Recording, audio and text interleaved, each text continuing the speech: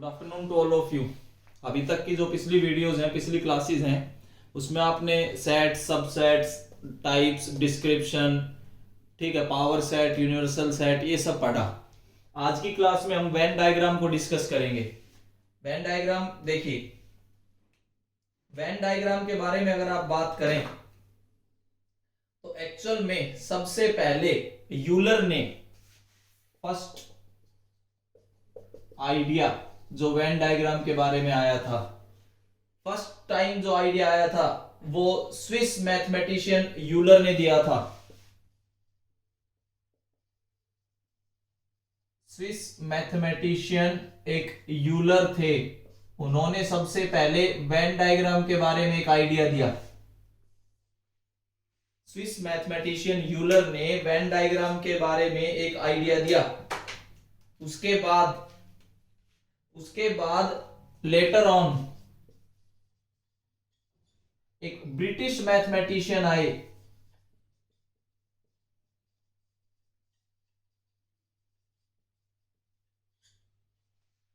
देखिए सबसे पहले आइडिया दिया एक स्विस मैथमेटिशियन यूलर ने, उसके बाद में एक ब्रिटिश मैथमेटिशियन आए जॉन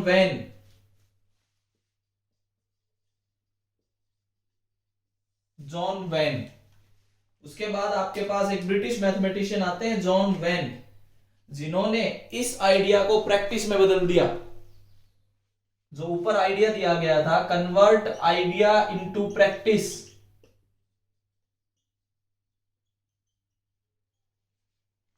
मतलब ऊपर तो केवल आइडिया दिया गया था, उन्होंने यूलर जो मैथमेटिशियन थे उन्होंने केवल आइडिया दिया, इन्होंने क्या किया, इस आइडिया को प्रैक्टिस में बदल दिया।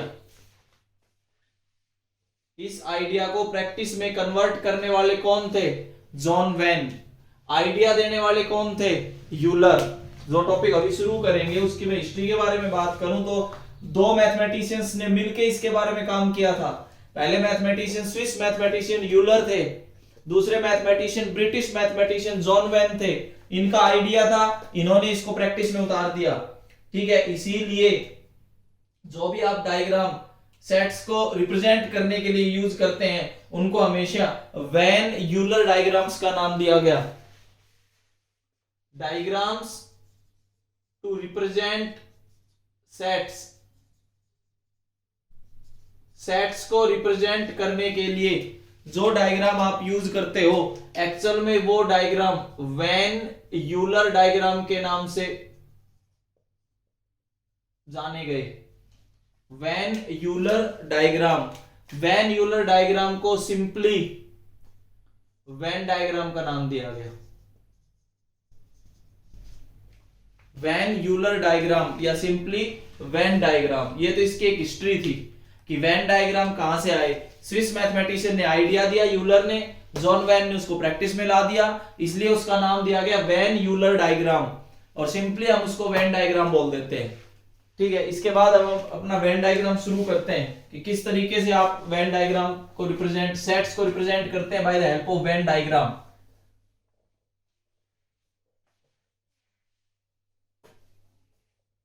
देखिए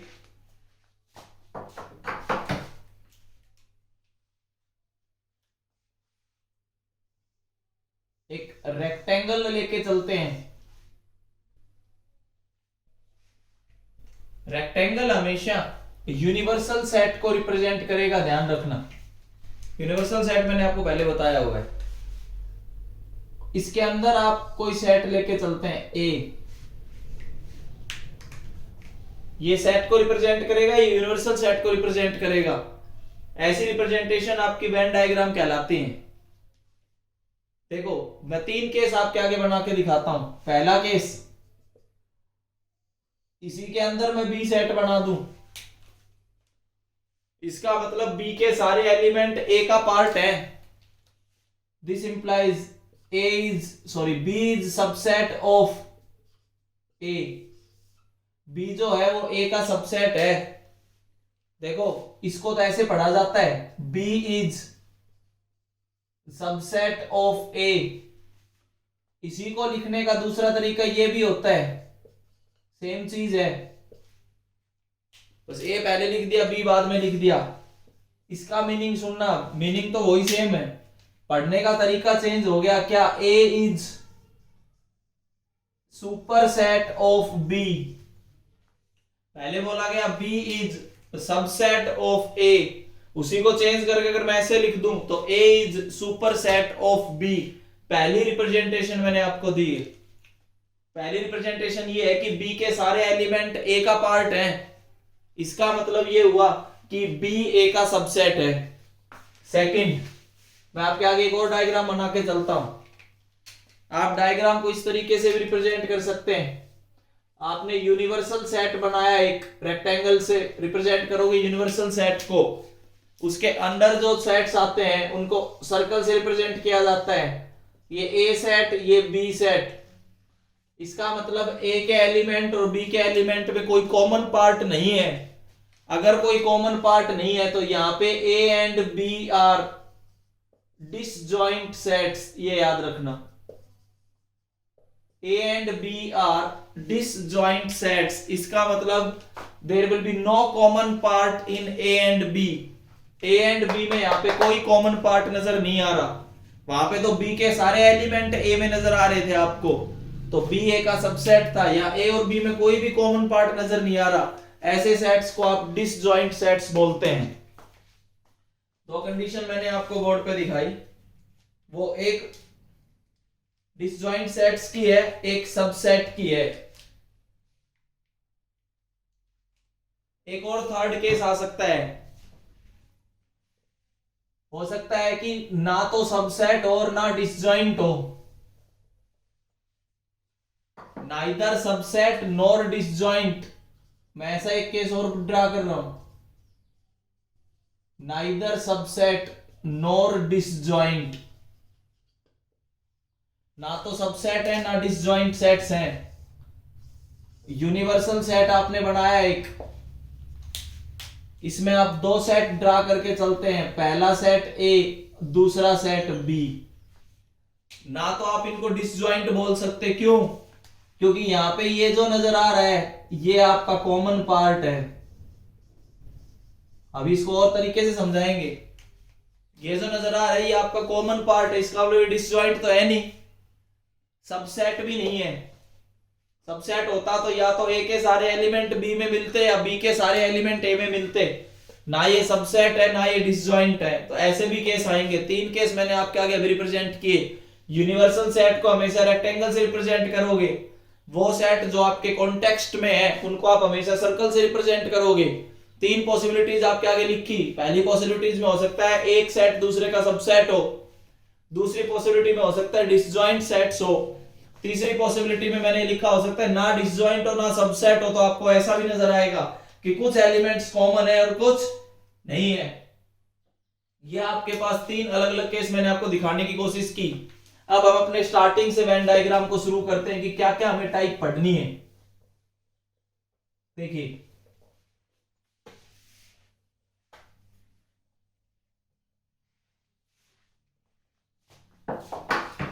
पहला यूनियन ऑफ सेट्स, सेट्स के यूनियन को रिप्रेजेंट करेंगे। कैसे? अब मैं विद एग्जांपल बात करता चलूंगा। यूनियन ऑफ सेट, आपने एक यूनिवर्सल सेट को रिप्रेजेंट किया, इसके अंदर आपके कॉन्टेक्स्ट में दो सेट लेके चलते हो आप, एक ए एक बी।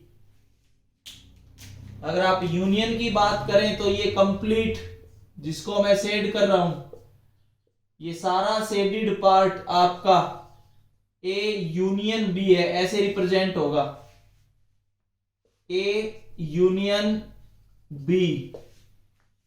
फॉर एग्जाम्पल देखो, यूनियन का मतलब क्या होता है वो एक एग्जाम्पल से समझते चलते हैं। फॉर एग्जाम्पल वेन डायग्राम वो दिखा दिया आपके पास, shaded part A union B कहलाएगा। फॉर एग्जाम्पल ए आपने लिया 1 2 3 4, बी आपने लिया 3 4 और 5, और आप ए यूनियन बी बनाना चाहते हैं, तो इसका मतलब 1 2 3 4 और 5। अब आप समझ गए होंगे कि यूनियन की क्या कंडीशन होती है।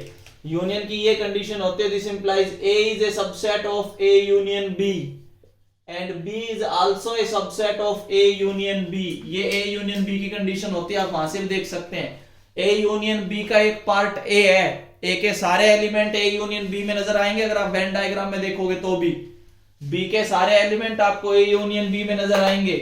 तो इसका मतलब ए भी ए यूनियन बी का सबसेट है, बी भी आपका ए यूनियन बी का सबसेट है। ये पहला वेन डायग्राम है जो यूनियन ऑफ सेट्स को रिप्रेजेंट करता है। सेकंड, अब हम आगे बढ़ते हैं, intersection of sets. Venn diagram में अगला जो टॉपिक मैं डिस्कस कर रहा हूं वो इंटरसेक्शन ऑफ सेट्स। ये आपके पास यूनियन की बात की थी, सेकंड पॉइंट पे हम डिस्कस करेंगे इंटरसेक्शन ऑफ सेट्स। सेट्स के इंटरसेक्शन को देखिए कैसे रिप्रेजेंट किया जा सकता है। आपने एक यूनिवर्सल सेट लिया, इस यूनिवर्सल सेट में आप दो सेट बना के चलते हैं जो आपके कॉन्टेक्स्ट में है ए और बी।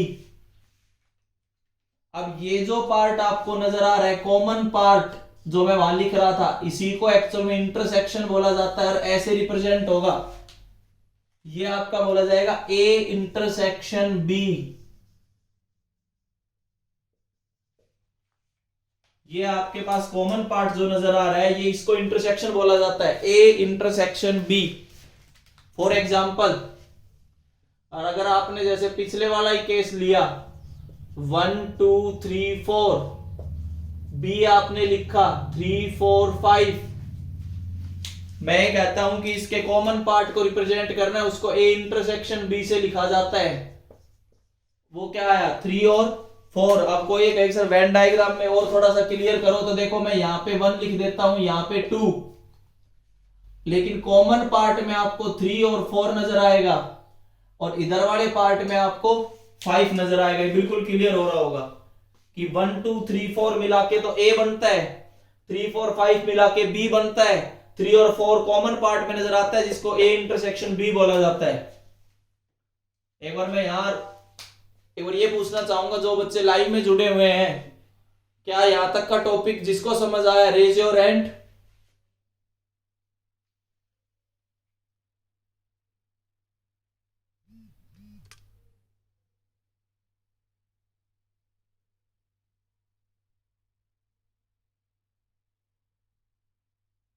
ओके, अब हम आगे बढ़ते हैं। देखिए ये आपको इंटरसेक्शन ऑफ सेट्स में क्लियर कर रहा था, ठीक है। डिसजॉइंट सेट्स में आपको पहले ही क्लियर कर चुका हूं, यूनियन क्लियर कर दिया है, इंटरसेक्शन क्लियर कर दिया है, डिसजॉइंट क्लियर कर दिया। डिसजॉइंट में मतलब डिसजॉइंट सेट्स को अगर देखो थोड़ा और क्लियर करना चाहो तो मैं फिर एक बार यहां पे क्लियर कर देता हूं। देखिए डिसजॉइंट सेट्स में एग्जांपल के साथ अगर आप बात करें,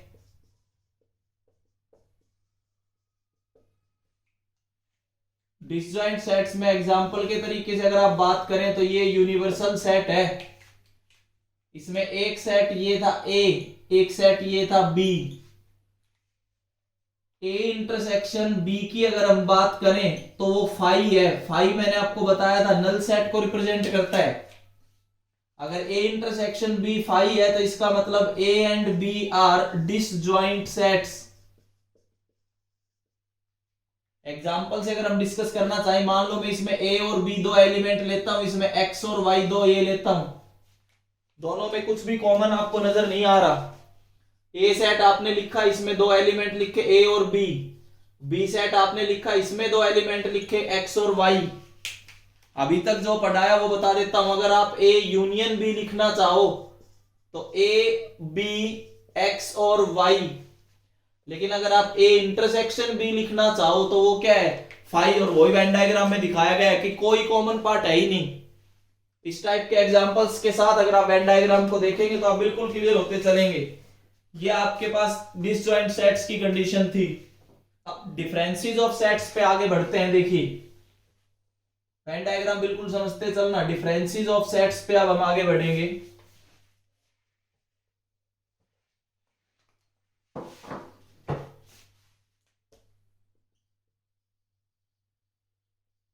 डिफरेंसेस ऑफ सेट्स, अगर हम सेट्स के डिफरेंस पे बात करें तो देखो मैं पहले डेफिनेशन क्लियर करता हूं। ए एंड बी दो गिवन सेट से लेके चलते हैं आप। अगर ए माइनस बी फाइंड करना चाहें तो वो एलिमेंट आएंगे एक्स सच दैट वो एलिमेंट जो ए में तो होंगे but does not belongs to B. वो एलिमेंट जो ए में तो होंगे पर बी में नहीं होंगे। फॉर एग्जाम्पल, पहले एक एग्जाम्पल बनाते हैं फिर हम वेन डायग्राम बनाते हैं, बिल्कुल क्लियर हो जाएगा। ए माइनस बी का मतलब है वो एलिमेंट जो ए का तो हिस्सा है लेकिन बी का हिस्सा नहीं है। फॉर एग्जाम्पल ए आपने कोई सेट लिया 1 2 3 4, बी आपने कोई सेट लिया था 3 4 5 में। उसी एग्जाम्पल को क्लियर करता हूं आगे। अगर आप ए माइनस बी फाइंड करते हैं, केवल ए को देखो, ए में से वो एलिमेंट हटाने जो बी में है। 1 नहीं है एज इट इज आ जाएगा, 2 नहीं है एज इट इज आ जाएगा, खत्म। 3 तो हटेगा क्योंकि बी में है, 4 भी हटेगा क्योंकि किस में है, बी में है। तो ए माइनस बी में एक्स, एक्स मतलब वो एलिमेंट जो ए का तो पार्ट है लेकिन बी का पार्ट नहीं होंगे, वो एलिमेंट आपका ए माइनस बी कहलाएगा। अगर आप थोड़ा सा इसको और क्लियर करो तो देखो मैंने ये लिख दिया, A minus B is equal to A minus A intersection B. A minus B का एग्जैक्ट मीनिंग ये होता है कि ए में से ए इंटरसेक्शन बी को सब्ट्रैक्ट कर दीजिए। जो सेट आपने ए ले रखा है उसमें से अगर आप ए माइनस बी को सब्ट्रैक्ट करते हैं तो we get A minus B. अगर आप डायग्राम देखना चाहें वेन डायग्राम, तो आप एक यूनिवर्सल सेट को रिप्रेजेंट करोगे रेक्टेंगल बॉक्स से। उसके अंदर आप दो कॉन्टेक्स्ट वाले सेट जो आप कंसिडरेशन में लेके चल रहे हो उनको सर्कल से रिप्रेजेंट करोगे। ये ए सेट है, ये बी सेट है। ये जो पार्ट आपको नजर आ रहा है ये वाला पार्ट तो ए इंटरसेक्शन बी है। अगर मैं ए में से ए इंटरसेक्शन बी घटा दूं तो we get A minus B. जो मैंने रेड कलर से शेड किया है ये सारा ए माइनस बी का पार्ट है, क्योंकि ए में से वो एलिमेंट हटा दिए जो बी के पार्ट था। वो तो एलिमेंट वही होंगे ना जो कॉमन होगा ए और बी में। अगर मैं ए में से ए इंटरसेक्शन बी को घटा दूं तो we get A minus B. ये डिफरेंस ऑफ सेट है ए माइनस बी। एग्जाम्पल के साथ लिखा हुआ है कि कैसे फाइंड करना है। हो सकता है कोई बी माइनस ए पूछ ले, ये तो मैंने आपको ए माइनस बी बताया। हो सकता है कोई आपसे बी माइनस ए पूछे। देखो बी माइनस ए कैसे डिस्कस होगा वो सुनो। बी माइनस ए ऐसे लिखा जाएगा x such that x belongs to B, x does not belongs to A. X B में तो होगा पर एक्स ए में नहीं होगा, वो बी माइनस ए कहलाएगा। फॉर एग्जाम्पल, पहले आप एक एग्जाम्पल वही सेम से डिस्कस कर लो। 1 2 3 4, बी आपने लिखा था 3 4 5, आप लिखना चाह रहे थे बी माइनस ए, तो आपके पास केवल 5 आएगा। बी में से वो एलिमेंट हटा दो जो ए का पार्ट है, तो 3 और 4 ए का हिस्सा है वो हटेंगे, तो बचा हुआ पार्ट आपका बी माइनस ए बचेगा। इसका मतलब B minus A is equal to B में से अगर आप ए इंटरसेक्शन बी घटा दो तो we get B minus A. अगर बी में से ए इंटरसेक्शन बी घटाते हैं तो we get B minus A. ऊपर जो वेन डायग्राम बनाया हुआ है ये Venn diagram A minus B का है। अब जो मैं वेन डायग्राम बना रहा हूं वो Venn diagram B minus A का बना रहा हूं। ये ए सेट, ये बी सेट। बी में से अगर आप ए इंटरसेक्शन बी वाले पार्ट को हटाते हैं तो जिस पार्ट को मैं शेड रीड कर रहा हूं ये पार्ट आपका क्या कहलाएगा, बी माइनस ए। ये आपके पास बी माइनस ए है, ये आपके पास ए माइनस बी है। B minus A minus B. अब बताइए, मैं एक बार फिर पूछना चाहूंगा जो बच्चे लाइव मेरे साथ जुड़े हुए हैं, क्या ये अभी differences of sets Venn diagram के हिसाब से जिस जिस बच्चे को समझ आया रेज योर हैंड।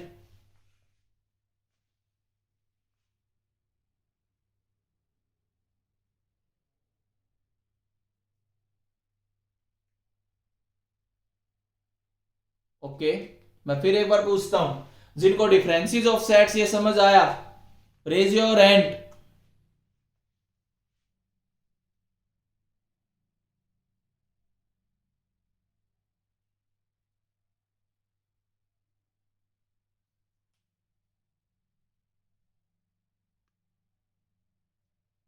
ओके, चलो अब हम और आगे बढ़ते हैं थोड़ा। अब हम बात करेंगे सिमेट्रिक डिफरेंस।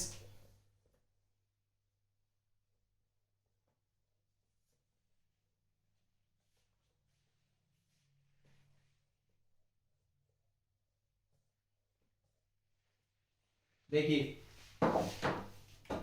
एक होता है symmetric difference of two sets.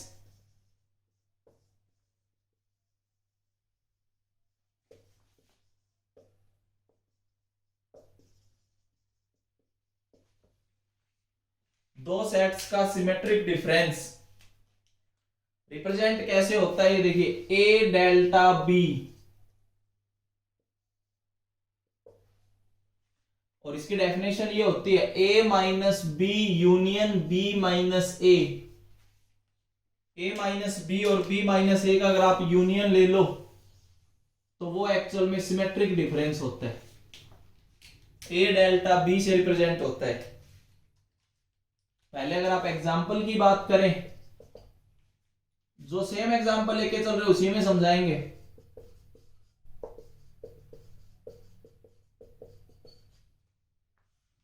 अगर मैं बात करूं a माइनस बी की तो आपने फाइंड किया था 1,2। अगर मैं बात करूं b माइनस ए की तो आपने फाइंड किया था 5। अब मैं ये कहता हूं कि हमें दोनों का यूनियन लेना है, क्योंकि सिमेट्रिक डिफरेंस की अगर आप बात करते हैं a डेल्टा b, ये सिमेट्रिक डिफरेंस है।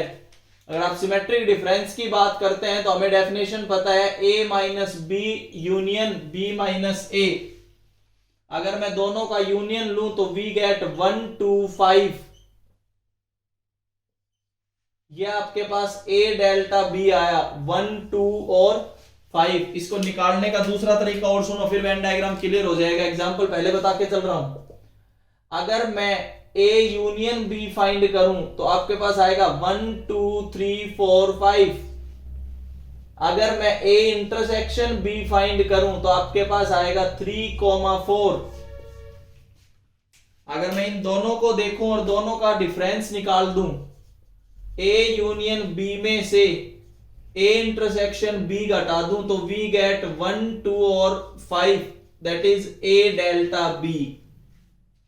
तो a डेल्टा b की एक और डेफिनेशन आती है इसी के साथ कि a delta b symmetric difference को आप ये भी लिख सकते हो, यूनियन में से इंटरसेक्शन घटा दो तो भी आपके पास सिमेट्रिक डिफरेंस आता है। एक ही बात है, अगर आप a minus B union b minus A करोगे तो भी सिमेट्रिक डिफरेंस आएगा।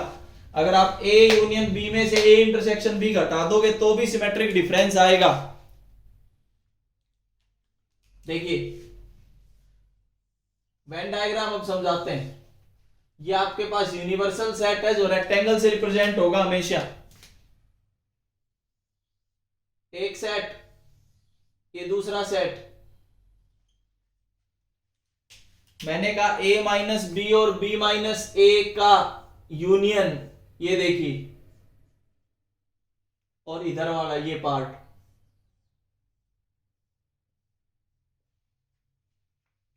ये जो पार्ट है, जो शेडेड पार्ट है, ये सारा आपके पास a डेल्टा b को रिप्रेजेंट करता है, जो मैंने शेडेड पार्ट दिखा रखा है। अगर आप ध्यान से देखो तो यूनियन में से इंटरसेक्शन को हटा दिया तो शेडेड है। दूसरी डेफिनेशन देखो तो a माइनस बी और b माइनस ए का यूनियन ले लिया तो भी आपके पास सिमेट्रिक डिफरेंस है। तो दो डेफिनेशन आपने याद रखनी है सिमेट्रिक डिफरेंस की। एग्जांपल बिल्कुल आपके आगे लिखा हुआ है, या तो आप a माइनस बी और b माइनस ए फाइंड करके यूनियन कर दीजिए, या आप यूनियन में से इंटरसेक्शन घटा दीजिए तो भी आप डेल्टा पे ही पहुंचोगे, symmetric difference of two sets. एक बार मैं फिर यहां पे पूछना चाहूंगा रोक के, जिस बच्चे को समझ आया जो लाइव क्लास में जुड़े हुए हैं, रेज योर हैंड।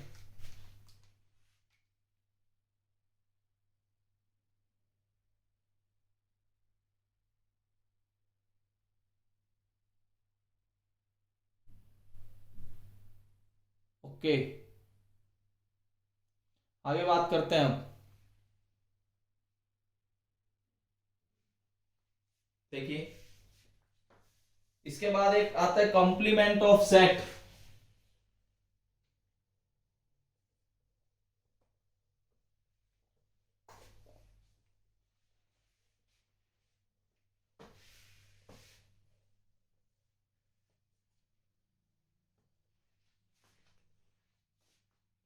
एक नेक्स्ट हमारे पास आता है कॉम्प्लीमेंट ऑफ सेट का वेन डायग्राम।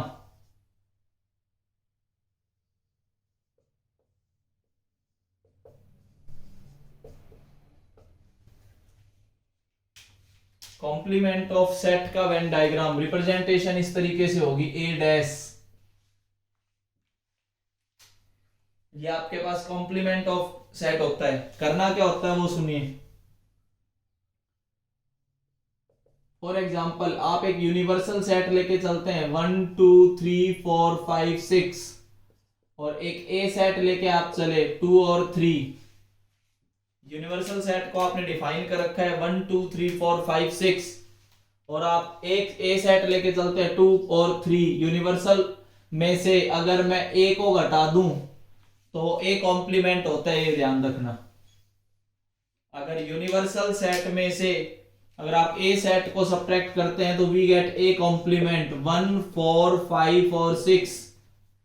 अगर आप ऊपर वाले क्वेश्चन में देखें तो 1 4 5 और 6 आपके पास ए कॉम्प्लीमेंट है। अगर आप इसका वेन डायग्राम बनाना चाहें, ये आपके पास एक यूनिवर्सल सेट है जो हमेशा रेक्टेंगुलर बॉक्स से रिप्रेजेंट किया जाता है। ये आपके पास एक ए सेट है। यूनिवर्सल में से ए घटाने पे जो बचेगा वो सारा आपका ए कॉम्प्लीमेंट होगा। जो भी शेडेड पार्ट मैं कर रहा हूं ये सारा आपका ए कॉम्प्लीमेंट पार्ट है। आपने यूनिवर्सल में से ए को घटा दिया, ये आपके पास ए कॉम्प्लीमेंट बचता है। ये एक वेन डायग्राम एक और था। अभी तक मैंने जो वेन डायग्राम डिस्कस किए वो ये थे: यूनियन, इंटरसेक्शन, डिसजॉइंट, डिफरेंसेस, ए माइनस बी, बी माइनस ए, सिमेट्रिक डिफरेंस और लास्ट मैंने आपके आगे डिस्कस किया कॉम्प्लीमेंट। ये आपके पास सारा वेन डायग्राम का था। ठीक है, कुछ क्वेश्चंस अगर मैं लिखूं और एक दो क्वेश्चंस अगर हम डिस्कस करें तो देखिए कि क्या यूनियन होता है, क्या इंटरसेक्शन होता है। कुछ एग्जांपल से और क्लियर करते हैं।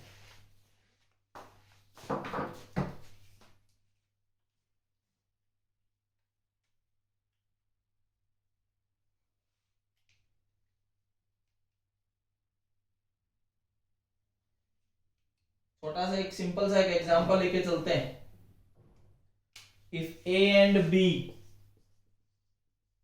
Are two sets such that A is a subset of B. If A and B are two sets such that A is a proper subset of B, find पहला part A intersection B,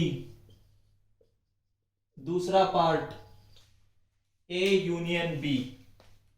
अगर A B का subset है तो हमें यह बताना है कि ए यूनियन बी क्या होगा और ए इंटरसेक्शन बी क्या होगा। ए यूनियन बी और ए इंटरसेक्शन बी, अगर ए बी का सबसेट है तो बताना है। देखिए कैसे करोगे। वेन डायग्राम की हेल्प से अगर हम करना चाहें तो ज्यादा क्लियर रहेगा। ये आपके पास एक यूनिवर्सल सेट है। इस यूनिवर्सल सेट में एक सेट बनाता हूं बी, बी के अंदर एक दूसरा सेट बनेगा ए, क्योंकि उसने बोला है A is a subset of B, A is a proper subset of B. तो आपको यहां से समझ आ गया होगा कि ए के सारे एलिमेंट बी का पार्ट है तो ए बी का सबसेट है। अगर मैं यहां से यूनियन पे जाना चाहूं तो आप बड़ी आराम से बता सकते हैं पहला पार्ट ए इंटरसेक्शन बी का है वो किसके इक्वल आ रहा होगा, ए के इक्वल। आपको दोनों में क्या कॉमन पार्ट नजर आ रहा है, ए। तो अगर ए बी का सबसेट है तो ए इंटरसेक्शन बी हमेशा ए रहेगा। सेकंड पार्ट, अगर आप ए यूनियन बी फाइंड करना चाहते हो तो वो हमेशा बी आएगा। आप वेन डायग्राम में देख सकते हैं अगर ए बी का सबसेट है तो आपके पास ए इंटरसेक्शन बी ए आएगा, और अगर ए बी का सबसेट है और आप ए इंटरसेक्शन बी की जगह ए यूनियन बी फाइंड करना चाहें तो आपके पास बी आएगा। ये आपको वेन डायग्राम से भी क्लियर हो रहा होगा। ये दोनों कंडीशंस अपनी याद रखना। इसके अलावा देखो, ये तो दो कंडीशन समझाने के लिए मैंने लिख दी पहले ही, वेन डायग्राम बना के आपको समझाया। बाकी एग्जांपल्स में कैसे क्वेश्चंस पूछे जा सकते हैं वो देखिए।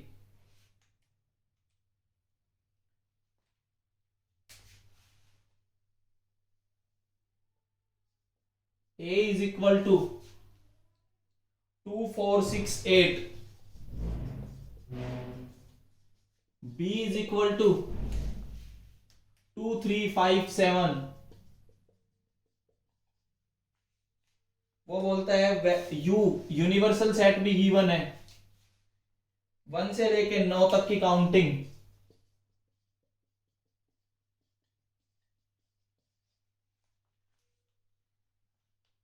वो ये कहता है कि ये वेरीफाई करके दिखाइए, verify that A union B का complement is equal to A complement intersection B complement. Actual में आगे चल के मैं इसको पढ़ाऊंगा, अभी मैं एक बार नाम बता देता हूं। इसका नाम होता है डी मॉर्गन्स लॉ। आगे अभी और आगे बढ़ेंगे जब डी मॉर्गन्स लॉ का प्रूफ वगैरह सब बताएंगे, लेकिन फिलहाल ये कहता है कि इसको वेरीफाई करके दिखाई। मैंने आपको इसका नाम बता दिया, आगे चल के और डिस्कस करेंगे इसके बारे में, विद प्रूफ इसके बारे में बात करेंगे। फिलहाल इसको वेरीफाई करवा रहा है, इसका नाम होता है डी मॉर्गन्स लॉ। देखिए, मैं एलएचएस लेके चलूं, अगर मैं ए यूनियन बी फाइंड करूं तो देखो दोनों का अगर आप यूनियन करना चाहो तो 2 3 4 5 6 7 और 8 दोनों का यूनियन ये आएगा। अगर मैं यूनियन का कंप्लीमेंट करना चाहूं तो यूनिवर्सल में से यूनियन घटेगा, वही तो कंप्लीमेंट आएगा। किसी भी सेट का कंप्लीमेंट क्या होता है, यूनिवर्सल में से उस सेट को घटा दो तो वो उसका कंप्लीमेंट आएगा। तो यूनिवर्सल में से अगर आप 2 3 4 5 6 7 8 घटाते हो तो वी गेट 1,9। ये आपके पास एलएचएस पार्ट आता है। अगर आप आरएचएस पार्ट की बात करेंगे, आरएचएस पार्ट में सबसे पहले तो हम फाइंड करेंगे ए कॉम्प्लीमेंट। अगर आप ए कॉम्प्लीमेंट फाइंड करते हैं तो इसका मतलब यूनिवर्सल में से आप ए को घटा दो तो आपको क्या बचेगा 1, फिर 2 हट गया, फिर 3 बचेगा, 4 हट गया, 5 बचेगा, 6 हट गया, 7 बचेगा और 9। एंड अब हम क्या फाइंड करेंगे, बी कॉम्प्लीमेंट, मतलब यूनिवर्सल में से बी घटा दो। यूनिवर्सल में से अगर आप बी घटाते हो तो 1 बच गया, 2 हट गया, 3 हट गया, 4 बच गया, 5 हट गया, 6 बच गया, 8 बच गया और 9। नाउ अब हमें करना क्या था, हमें फाइंड करना था आरएचएस के हिसाब से A complement intersection B complement. इसमें से और इसमें से कॉमन पार्ट देखो कौन सा है, एक तो 1 दोनों में नजर आ रहा है, फिर आगे एक आपको 9 ही नजर आ रहा होगा सीधा, तो ये भी आपके पास क्या आया 1,9। तो this implies A union B का complement is equal to A complement intersection B complement. इसी को डी मॉर्गन्स लॉ भी बोला गया। यहां तक मैं उम्मीद करता हूं शायद जो मैंने समझाने की कोशिश की है, डिफरेंस वगैरह, सिमेट्रिक डिफरेंस, ठीक है, क्या कॉम्प्लीमेंट होता है, क्या यूनियन होता है, क्या इंटरसेक्शन होते हैं, क्या वेन डायग्राम होते हैं, सब समझ आए होंगे। इसे आगे का पार्ट हम अगली वीडियो में डिस्कस करेंगे। Thank you.